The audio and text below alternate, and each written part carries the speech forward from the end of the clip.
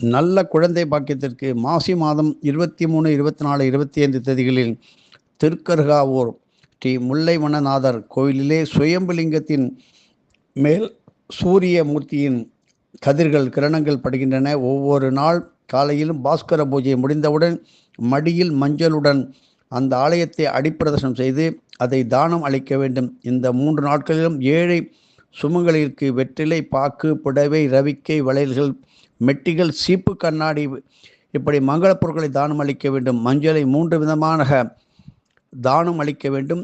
ஒரு பங்கினை தனது அடி வயிற்றில் பூச வேண்டும். அரசு வேம்பு மரங்களுக்கு செவ்வாய் வெள்ளியில் பூச வேண்டும். 3 ஏழை கர்ப்பிணி பெண்களுக்கு 80 வயது நிறைந்த பழுத்த சுமங்கலிக்கு தானம் செய்ய வேண்டும். சூரிய கதிர்கள் லிங்கத்தின் மேல் பட்டு அப்படியே பிரதிபலித்து வருவதால் அச்சூட்சம கிரணங்கள் கர்ப்பப்பையை உடனடியாக வலுப்படுத்தும் உன்னத சக்தி பெற்றது.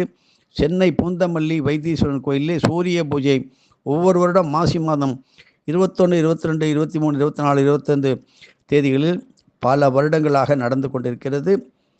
தேடி பயன்பெறுங்கள். ஓம்.